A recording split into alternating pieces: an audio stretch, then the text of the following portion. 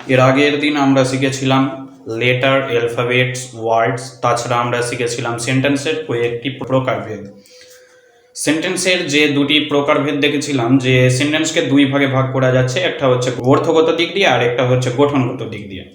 এই গঠনগত দিকটা আমরা এখন রেখে দিয়েছিলাম, আমরা এখন দেখছিলাম অর্থগত দিক। তো এই অর্থগত দিক দিয়ে আমরা সেন্টেন্সটাকে 5টি ভাগে ভাগ করেছিলাম। সেই 5টি ভাগের মধ্যে ছিল অ্যাসার্টিভ সেন্টেন্স, যেটা আমরা বলেছিলাম যে অ্যাসার্টিভ সেন্টেন্সকে আমরা এর পরের দিন আলোচনা করব। আজকের জন্য আমরা অ্যাসার্টিভ সেন্টেন্স নিয়ে আলোচনা করব। অ্যাসার্টিভ সেন্টেন্সটা হচ্ছে কি? এর আগের দিন আমরা দেখেছিলাম যে অ্যাসার্টিভ সেন্টেন্স হচ্ছে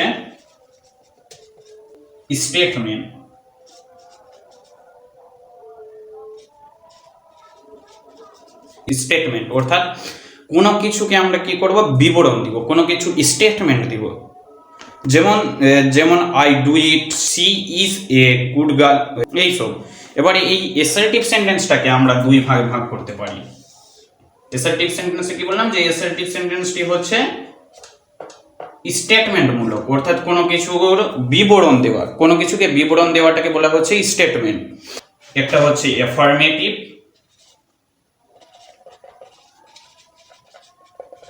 আর একটা হচ্ছে নেগেটিভ। অ্যাফার্মেটিভ সেন্টেন্স হচ্ছে হ্যাঁ মূলক বা হ্যাঁ বাচক, আর নেগেটিভ সেন্টেন্স হচ্ছে না বাচক।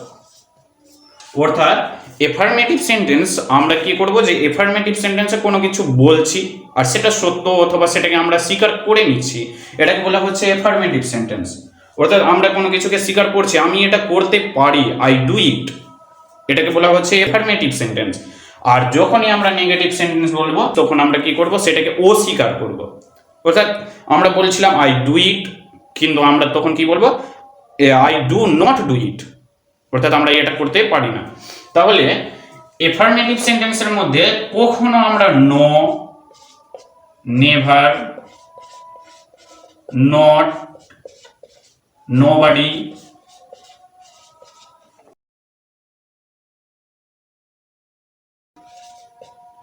নাথিং, নো ওয়ান, এইসব আমরা কখনো এফার্মেটিভ সেন্টেন্সের ক্ষেত্রে এই নাবাচক যে আছে, শব্দগুলো আছে, এই নাবাচক শব্দগুলো আমরা কখনোই দেখতে পাবো না। আমরা এবারে এফার্মেটিভ সেন্টেন্স যে আছে, এই এফার্মেটিভ সেন্টেন্স থেকে নেগেটিভ সেন্টেন্সে করার জন্য রুল নাম্বার 1টাকে আমরা মনে রাখবো। সাহায্যকারী ভার্ব অর্থাৎ হেল্পিং ভার্ব যে আছে, এফার্মেটিভ সেন্টেন্সে যখন সাহায্যকারী ভার্ব থাকবে অর্থাৎ হেল্পিং ভার্ব থাকবে, am, is, are, was, were, had, has, have, এইসব থাকবে। এসবের পরেই আমরা নোট লাগিয়ে দিব। হেল্পিং ভার্বের পরে, হেল্পিং ভার্বের পর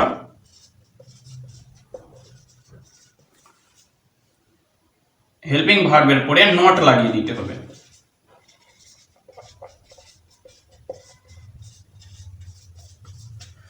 হেল্পিং ভার্ব, যখন হেল্পিং ভার্বটা কি, হেল্পিং ভার্বটা হচ্ছে am, is, are, was, were, have, has, এসব হচ্ছে কি হেল্পিং ভার্ব। যখনই আমরা এফার্মেটিভ সেন্টেন্স থেকে নেগেটিভে যাব, তখন আমরা ফার্স্ট রুল অনুযায়ী হেল্পিং ভার্বের পর নোট লাগিয়ে দিব, তখন সেটা কি হয়ে যাবে, এফার্মেটিভ সেন্টেন্সটা হয়ে যাবে নেগেটিভ সেন্টেন্স। যেমন I am playing football, I am playing football, এটা হচ্ছে এফার্মেটিভ সেন্টেন্স। এবারে আমরা রুল নাম্বার 1 অনুযায়ী এটাকে যখন নেগেটিভ করব, তখন আমরা ভার্বের পর অর্থাৎ হেল্পিং ভার্বের পর, এই হেল্পিং ভার্ব যে আছে এর পরে আমরা নোট বসিয়ে দিব। তাহলে কি হবে, নেগেটিভে হবে I am, এম হচ্ছে এখানে হেল্পিং ভার্ব, আর এম যেহেতু হেল্পিং ভার্ব, তো এর পরে রুল নাম্বার 1 অনুযায়ী ভার্ব, হেল্পিং ভার্বের পরে নোট বসিয়ে দিতে হবে। তো I am not playing football, তারপরে আমরা দেখব রুল নাম্বার 2 বা 2 নম্বর নিয়ম দেখব এফার্মেটিভ সেন্টেন্স থেকে নেগেটিভ সেন্টেন্সে পড়তে। 2 নাম্বার রুল অনুযায়ী কি হচ্ছে, এরকম একটা সেন্টেন্স দিয়ে দিল যেখানে হেল্পিং ভার্বই নয়, হেল্পিং ভার্ব না থাকলে কি করব,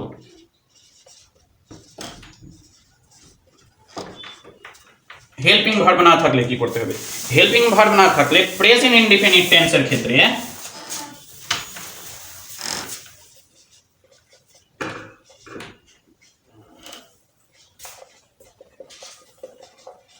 প্রেজেন্ট ইনডিফিনিট টেন্সের ক্ষেত্রে সাবজেক্টের পরে ডু নট অথবা ডাস নট বসিয়ে দিতে হবে। হেল্পিং ভার্ব না থাকলে প্রেজেন্ট ইনডিফিনিট টেন্সের ক্ষেত্রে, টেন্স যেহেতু এখন আমরা সেন্টেন্স নিয়ে আলোচনা করেছি তো টেন্সটা একটু বুঝতে অসুবিধা হবে, আমরা যখন ধাপে ধাপে এগোবো তাহলে আমরা তখন এই টেন্সের ব্যাপারেও জেনে নিব, যাদেরকে একটুও ধারণা আছে তারা এই কথাটা বুঝতে পারবে। কিন্তু আমরা দেখছি এখন যেহেতু সেন্টেন্সে আসি সেই সেন্টেন্স অনুযায়ী আমরা চলছি, একটু ধাপে ধাপে এগোবো তারপরে সব কিছু বুঝে যাবে। তো প্রেজেন্ট ইনডিফিনিট টেন্সের ক্ষেত্রে কি করবো আমরা, সাবজেক্টের পর,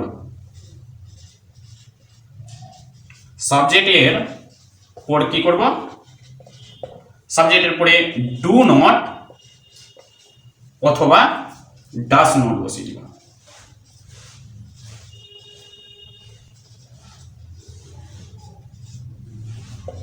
ডু নট অথবা ডাস নট বসাতে হয়, ঠিক আছে।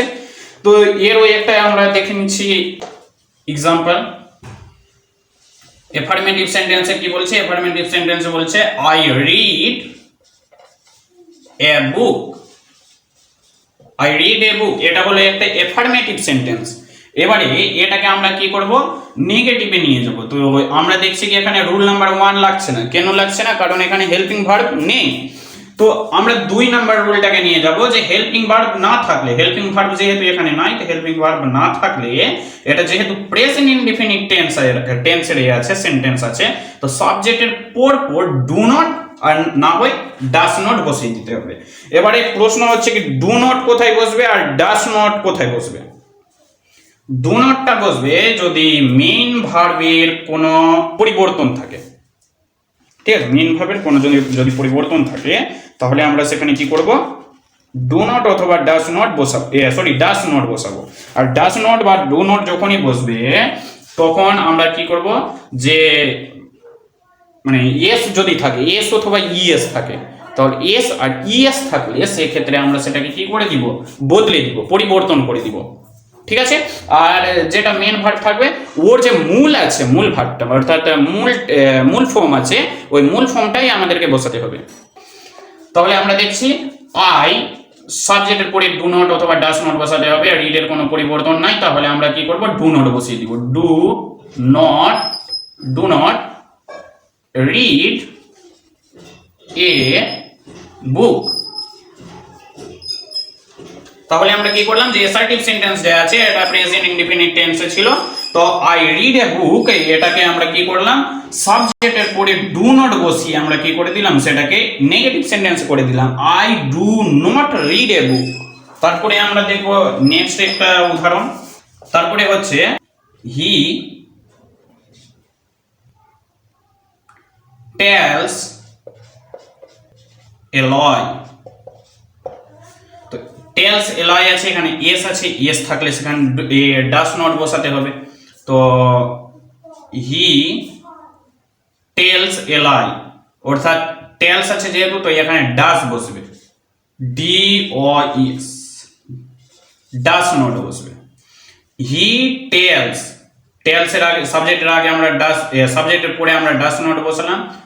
তারপরে কি বলছে, টেলস, টেলস এর আছে, তো আমরা যখনই করব কি বলে ডু নট অথবা ডাস নট ব্যবহার করব তখনই আমরা এসটাকে কেটে দিব, এস বাদ, তাহলে টেল, হি ডাস নট টেল এ লাই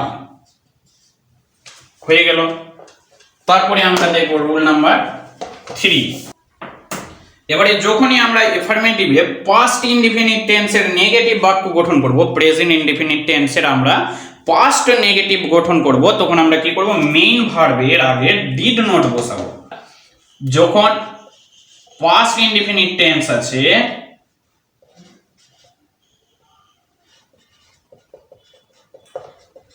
যখন পাস্ট ইনডিফিনিট টেন্স আছে এর নেগেটিভ নেগেটিভ বাক্য গঠনে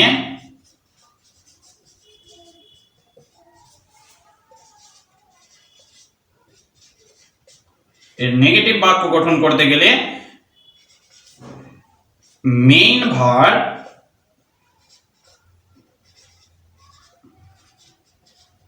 এর আগে ডিড নট বসাতে হবে।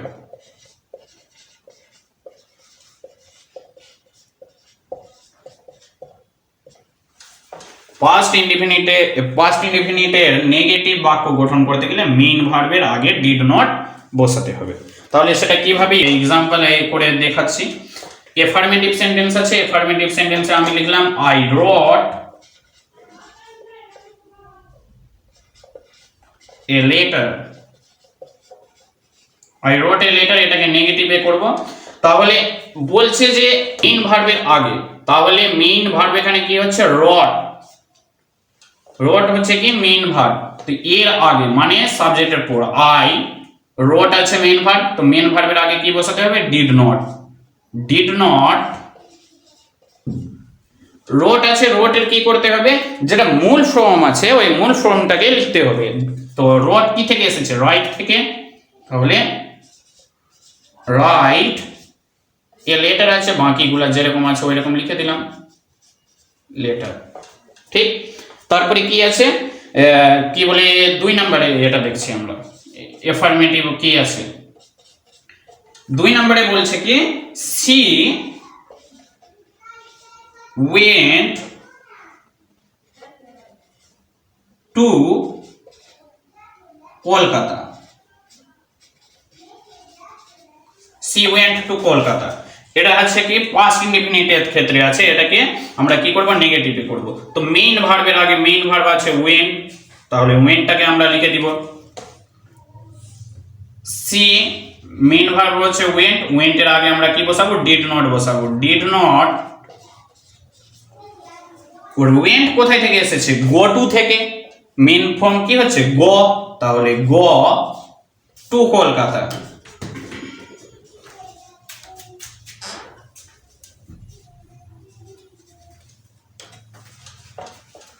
তারপরে আমরা দেখব রুল নাম্বার 4। রুল নাম্বার 4 এ হচ্ছে যে সাহায্যকারী ভার্ব হিসেবে যদি মডেল ভার্ব থাকে, যেমন মে, মাইট, ক্যান, কুড ইত্যাদি এইসব যদি থাকে, তো এখানে ডু, ডাজ, ডিড এগুলোর পরিবর্তে ওই মডেল ভার্ব বসবে, আর ওই মডেল ভার্বের পরে পরে নোট বসে যাবে। কি বললাম যে হেল্পিং ভার্বের রূপে হেল্পিং ভার্ব হিসেবে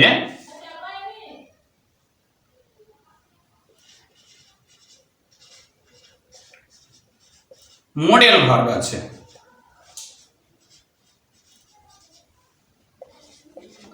যখনই হেল্পিং ভার্বের কাছে মডেল ভার্ব আছে, হেল্পিং ভার্ব হিসেবে মডেল ভার্ব আছে, তাহলে ডু, ডাস, ডিড এগুলোর পরিবর্তে কি হবে, এগুলোর পরিবর্তে ওই যে আছে মডেল ভার্ব যে আছে ওই মডেল ভার্বই বসে যাবে, মডেল ভার্ব বসবে।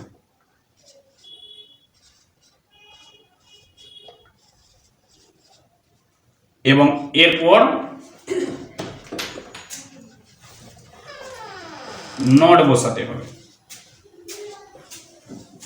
এবারে মডেল ভার্বগুলো কি কি, মডেল ভার্ব কি হচ্ছে মে,